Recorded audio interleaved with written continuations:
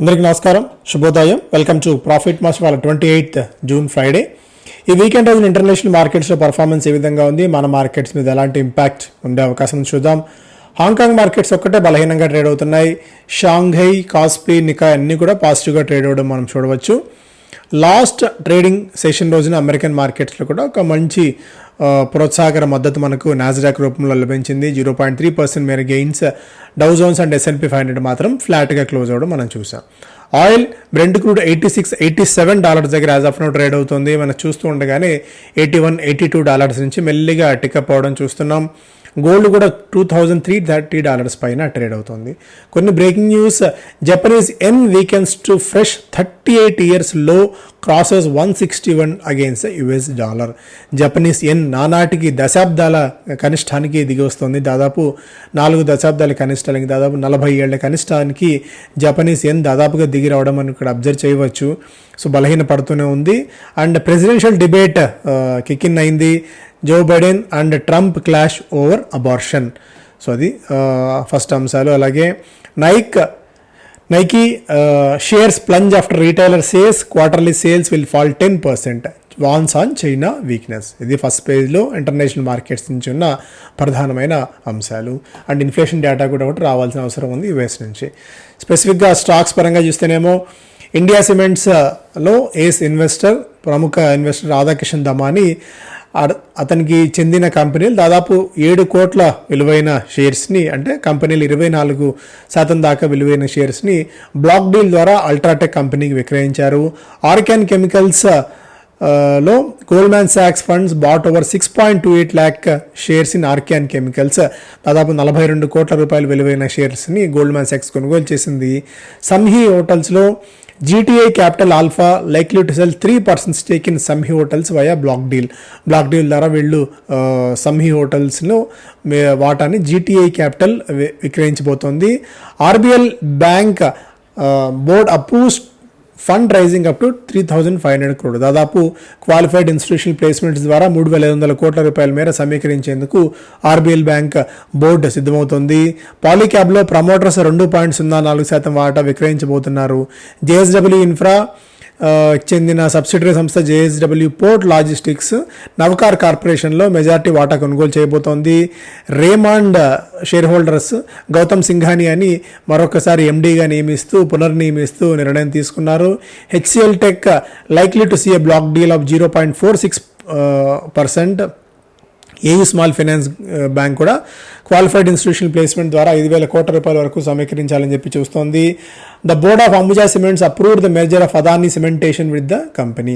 Sagar Cements reappoint S. Anand Reddy as MD and S. Srikanth Reddy as joint MD for the period of 3 years. So ఇవి స్పెసిఫిక్గా వార్తలు. Economic Times first పేజ్లో UltraTech buys 23% stake in India Cements. India సిమెంట్స్లో 23% majority వాటాని UltraTech కొనుగోలు చేసింది. అటు Adani group సంస్థలు, ఇటు ఆదిత్య బిర్లా సంస్థలు రెండు సిమెంట్ రంగంలో గతంలో ఎప్పుడూ లేని విధంగా ఒక కన్సాలిడేషన్ జరుగుతోంది. చిన్న కంపెనీస్ కూడా భారీ స్థాయిలో కొనుగోలు చేసేందుకు, అంటే ఫుల్ లెంత్ చేసి ఇక కేవలం 2-3 ప్రధానమైన కంపెనీస్ మాత్రమే నిలబడే అవకాశం ఉంది. రాష్ట్రానికి చెందిన ఒక రాజకీయవేత్త కంపెనీని కూడా కొనుగోలు చేయడానికి తీవ్ర స్థాయిలో ప్రయత్నాలు జరిగినప్పటికీ అది సఫలీకృతం కాలేదన్నది నిన్న ఒకసారి ఒక ఇండస్ట్రీ పెద్దతో మాట్లాడినప్పుడు చెప్పిన అంశం. ఇక అల్ట్రాటెక్ సిమెంట్స్ కొనుగోలు చేసింది రాధాకిషన్ దమాని గారు. దాదాపు 1,900 కోట్ల రూపాయల విలువైన షేర్స్ని విక్రయించారు. UltraTech is the third largest producer of cement outside China. Company's output is equivalent to 80% that of Europe and 150% that of US. So ఈ కంపెనీ అవుట్పుట్ అంతా యూరోప్లో మొత్తం అన్ని కంపెనీస్ కలిపి 80%, అలాగే యుఎస్లో అన్ని కంపెనీస్ కలిపి 150% చొప్పున ఈ ఒక్క కంపెనీయే అవుట్పుట్ ఉంది అన్నట్టుగా కూడా ఒక అప్డేట్. రాబోయే 3 ఏళ్ల కాలంలో 32,400 కోట్ల రూపాయల మేర ఎక్స్పాన్షన్ కోసం కంపెనీ ఖర్చు చేయబోతోంది. సో అది ఈ cements update. Budget in mind Dalal street bulls cross historic mile stone. So 23,000 నుంచి 24,000 పాయింట్ల మార్కుని చేరుకోవడానికి కేవలం 17 ట్రేడింగ్ సెషన్స్ మాత్రమే పట్టింది నిఫ్టీకి.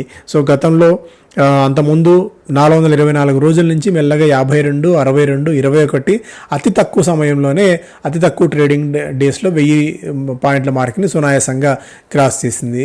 Government will present futuristic budget అని చెప్పి నిన్న ప్రెసిడెంట్ ద్రౌపది ముర్ము గారు చెప్పిన తర్వాత మేబీ మార్కెట్స్ కొద్దిగా దీన్ని పాజిటివ్గా తీసుకున్నాయి. ఒక ఫ్యూచరిస్టిక్ బడ్జెట్ ఉండబోతోంది, దార్శనికమైన బడ్జెట్ ఉండబోతోంది, మెరుగైన భవిష్యత్తుకి మంచి బాటలు వేసే దిశగా ఈ బడ్జెట్ ఉంటుందని చెప్పి ఆమె చేసిన వ్యాఖ్యలు కూడా కొద్దిగా మార్కెట్స్కి ఒక బూస్టింగ్ లాగా ఇచ్చాయి. SEBI okays stricter norms for F&O entry. F&Oలో అనేక మార్పుల్ని సెబీ తీసుకురాబోతోంది. కొత్తగా స్టాక్స్ ఎంట్రీ విషయంలో కానీ, F&Oలోకి వచ్చే విషయంలో కానీ, F&O నుంచి బయటికి వెళ్లే విషయంలో, అన్లిస్టెడ్ సెగ్మెంట్లో ఇలా రకరకాల మార్గాలన్నింటిలో కూడా సాధ్యమైనంతగా డెరివేటివ్స్లో జనాలు డబ్బులు పోగొట్టుకోకుండా ఉండేందుకు సెబీ చాలా ప్రయత్నాలు చేస్తోంది. టెలికాం విభాగంలో ఒక రెవల్యూషనరీ చేంజ్ లాగా చెప్పుకోవచ్చు. ఏకంగా 12 నుంచి 25% మేర ధరలను Reliance Jio పెంచబోతోంది.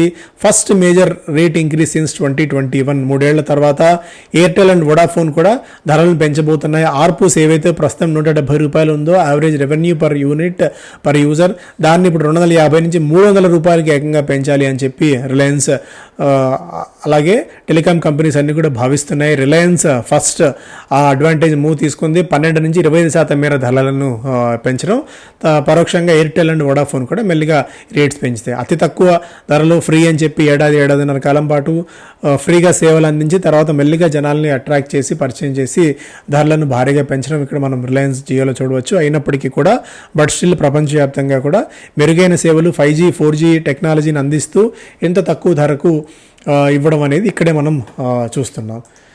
SEBI approves stricter norms for inclusion of individual stocks for derivative trading. The revision will lead to addition and deletion of about 2 dozen stocks. So ఇక్కడ F&Oలో చేసిన అనేక మార్పుల వల్ల దాదాపు 2 డజన్ స్టాక్స్లో రాకపోక కొన్ని స్టాక్స్ లోపలికి రావడము, కొన్ని స్టాక్స్ బయటికి వెళ్ళిపోవడం లాంటి సినారియో మనం చూడవచ్చు. సో సెబీ చాలా స్ట్రిక్ట్ నార్మ్స్ తీసుకొస్తుంది. JSW ఇన్ఫ్రా నౌకార్ కార్పొరేషన్ని మెహతాస్ నుంచి కొనుగోలు చేసింది. JSW infra setup its first port in Goa in 2002, has 9 port concessions as of December 2022, is India's second largest port operator after Adani ports. So అది Adani ports తర్వాత JSW infra కూడా అదే స్థాయిలో తన పట్టుని తీసుకొచ్చే ప్రయత్నం చేస్తుంది. సో JSW ఇన్ఫ్రా అలాగే నౌకార్లో మనం యాక్టివిటీ చూస్తున్నాం. Ujjivan small finance bank key focus areas మీద దృష్టి పెట్టబోతోంది. మెల్లిగా తన ఇంట్రెస్ట్ ఇన్కమ్ని కానీ నెట్ ఇంట్రెస్ట్ మార్జిన్స్ కానీ పెంచుకునే ప్రయత్నం చేస్తుంది. లాస్ట్ క్వార్టర్తో కంపేర్ చేస్తే లాస్ట్ ఇయర్తో మార్జిన్స్ కొద్దిగా 40 బేసిస్ పాయింట్స్ తగ్గినప్పటికీ కూడా సో వాటి మీద దృష్టి సారించే ప్రయత్నం చేస్తుంది. 65 రూపాయల దాకా టార్గెట్ ప్రైస్ వివిధ బ్రోకింగ్ కంపెనీస్ స్టిల్ ఇస్తున్నాయి ఉజ్జీవన్ స్మాల్ ఫైనాన్స్ బ్యాంక్కి. India Cements in talks with Bank of America Nomura to raise 500 crore, దాదాపు 500 కోట్ల రూపాయల వరకు సమీకరించడానికి India Cements, Bank of America అలాగే నూమరా సంస్థలతో చర్చలు జరుపుతోంది. Why cement biggies like to take inorganic route to grow. So డైరెక్ట్గా విస్తరణ చేయడం అనేది అంత ఈజీ అయిన టాస్క్ అయితే కాదు. అందువల్ల ఇతర కంపెనీస్ ఏవైనా ఉంటే వాటిని కొనుగోలు చేసి ఇతర మార్గాల్లో అంటే కొన్ని కంపెనీస్కి అటు నార్త్ సైడ్, కొన్ని కంపెనీస్కి సౌత్ సైడ్ పట్టు ఉంటుంది, కొన్ని కంపెనీస్కి పోర్ట్స్ దగ్గరగా ఉంటే ఇతర దేశాలకు ఎగుమతి చేయడానికి అవకాశం ఉంటుంది. అయితే అన్ని ప్రాంతాల్లో వాళ్ళకి ఈజీగా యాక్సెస్ దొరకదు కాబట్టి ఇలా ఇనార్గానిక్ రూట్ ద్వారా కంపెనీస్ కొనుగోలు చేయడం అనేది మనం అబ్జర్వ్ చేయవచ్చు. అలా చాలా కాలం నుంచి ఈ సిమెంట్ స్పేస్లో తీవ్రమైన కన్సాలిడేషన్ జరుగుతుంది. గరిష్టంగా ఒక 2-3 కంపెనీస్ మాత్రమే, పెద్ద కంపెనీస్ మాత్రమే మిగిలే అవకాశం అయితే ఉంది. India's domestic aviation market is now 3rd largest globally. US China తర్వాత డొమెస్టిక్ పరంగా మందే 3వ అతిపెద్ద market. Zomato to offer regulatory hiring services to restaurants. ఇక పూర్తి స్థాయిలో జొమాటో ఇతర మార్గాల్లో రెవెన్యూని కూడా సంపాదించే ప్రయత్నం చేస్తుంది. ఒక 3200 కంపెనీస్, రెస్టారెంట్స్ ఇప్పటికే సర్వీసెస్ని అవైల్ చేసుకున్నాయి. రెస్టారెంట్స్కి అవసరమైన సర్వీసెస్ని అందించేందుకు కూడా కంపెనీ సిద్ధమవుతోంది. రెగ్యులేటరీ అలాగే హైరింగ్ సర్వీసెస్ని కూడా. ఇక Birla group cements lead Adani plans taking shape. ఇక్కడ ఆదిత్య బిర్లా ముందు నుంచి అంటే సిమెంట్ స్పేస్లో వీళ్ళు ఉన్నారు కాబట్టి సో వీళ్ళు ప్రధానమైన దీనిలో ఉన్నారు, అంటే లీడర్షిప్ పాత్రలో. తర్వాత నెక్స్ట్ అదానీ కూడా అదే స్థాయిలో ఈ రంగంలో తన పట్టుని నిలుపుకునే ప్రయత్నం చేస్తోంది. ఆల్రెడీ మనం మాట్లాడుకున్నాం. బిజినెస్ స్టాండర్డ్ ఫస్ట్ వేలో many historic steps in budget president.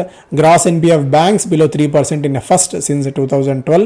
2012 తర్వాత 12 సంవత్సరాల తర్వాత మళ్ళీ గ్రాస్ ఎన్పీ ఆఫ్ బ్యాంక్స్ 3% కంటే దిగువన ఉన్నాయని చెప్పి reserve bank of India report చెప్తోంది. ఇది రకంగా బ్యాంకింగ్ ఇండస్ట్రీకి ఇది ఒక పాజిటివ్ సంకేతంగా మనం చూడాలి. ఎందుకంటే ఎప్పుడైతే ఎన్పిఎస్ మొండి బకాయిలో నిరర్థక ఆస్తులు తక్కువగా ఉంటాయో అది బ్యాంకింగ్ ఇండస్ట్రీకి ఊతమిచ్చే అంశం. SEBI tweaks delisting and F&O criteria, tightens rules for influencers and those offering stock strips with written promises. Ultratech picks up 23% in India Cements as sector battle heats up. Jio rings up in 25% tariff hike. So first పేలో already మనం discuss చేసిన అంశాలే ప్రధానంగా ఉన్నాయి. Siemens all time hit చేసింది. గత 6 నెలల కాలంలోనే 100% మేర స్టాక్ పెరగడం మనం చూస్తున్నాం. ఆర్కియాన్ కెమికల్స్ 5% మేర పెరిగింది. వర్ల్పూల్ నిన్న 9% మేర పెరిగింది. అల్ట్రాటెక్ సిమెంట్స్లో 5% దాకా జంప్ చూసాం. రూట్ మొబైల్స్ 14% మేర పెరిగింది నిన్న, ఎందుకంటే వాళ్ళు మైక్రోసాఫ్ట్ ప్రాక్సిమస్తో ఒప్పందం కుదుర్చుకున్నారు డిజిటల్ కమ్యూనికేషన్స్ అండ్ క్లౌడ్ సంబంధించి. ఆర్వీఎన్ఎల్ 1.5% దాకా పెరిగితే కేసీ ఇంటర్నేషనల్ కూడా మనం అనేక సందర్భాల్లో మాట్లాడుకున్నాం, 3.5% మేర పెరిగింది. జెనిసిస్ కానీ జేఎస్డబ్ల్యూ ఎనర్జీలో కూడా కొద్దిగా అప్సైడ్ ట్రెండ్ చూస్తున్నాం. సో ఇవి ప్రధానమైన వార్తలు. Thank you so much.